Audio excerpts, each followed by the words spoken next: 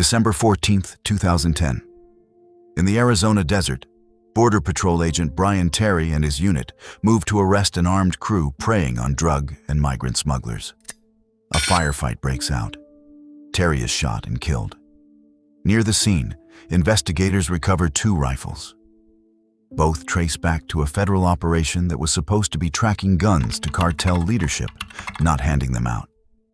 This is the story of how the U.S. government itself became a supplier for the Sinaloa Cartel, and what it took to make that public. Every year, an estimated 250,000 firearms are smuggled from the United States into Mexico, according to ATF and Mexican government data, making up roughly 70% of the illegal guns recovered there. At least 2/3 of guns traced from Mexican crime scenes originate at licensed dealers north of the border. Most move through straw purchases. Someone with a clean record buys a weapon legally, then hands it to a trafficker, often for $4,000 to $5,000 a run.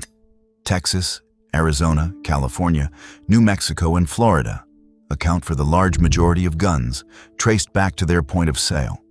In 2009, ATF's Phoenix Field Division tried a different approach to that river. Instead of arresting straw buyers the moment they made an illegal purchase, agents let the guns walk, tracking them in hopes of following the supply chain all the way up to Sinaloa Cartel leadership, rather than netting low-level buyers one at a time.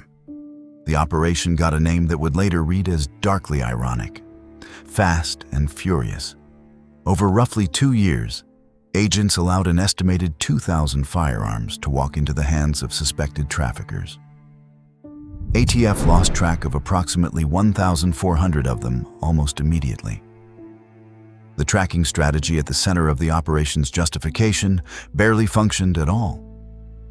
Brian Terry was 40 years old, a member of an elite Border Patrol tactical unit.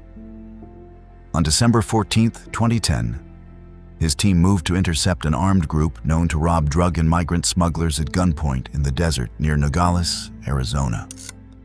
In the firefight that followed, Terry was shot and killed.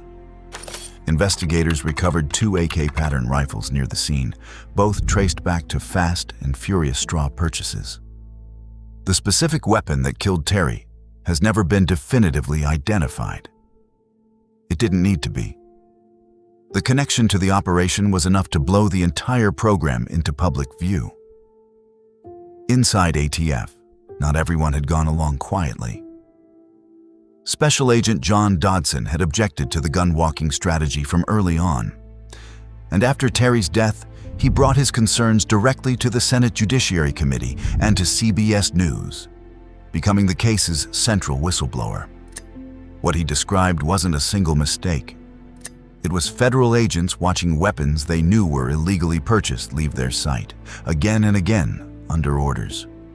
Congress opened a formal investigation.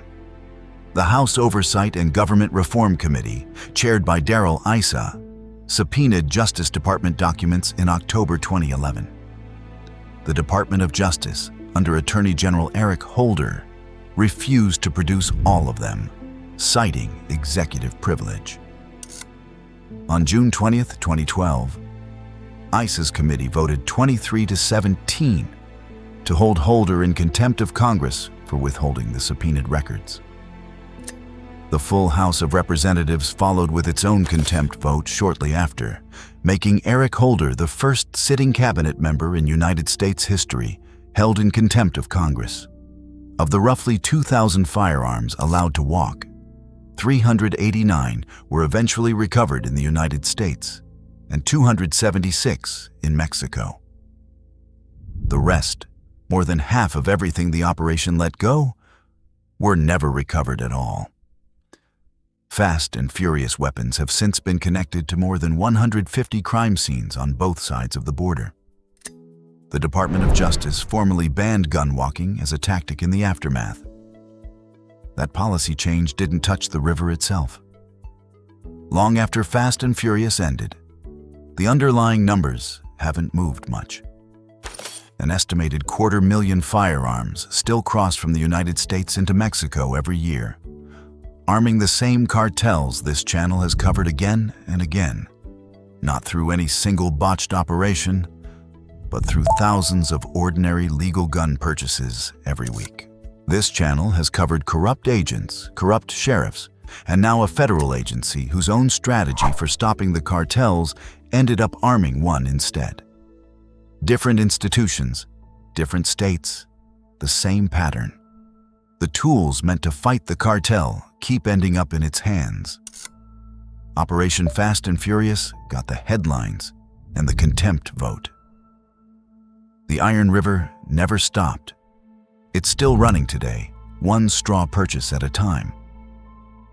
If you want the rest of these stories, the cartels, the institutions, and the corruption that keeps letting them win, subscribe for more videos like this one every week.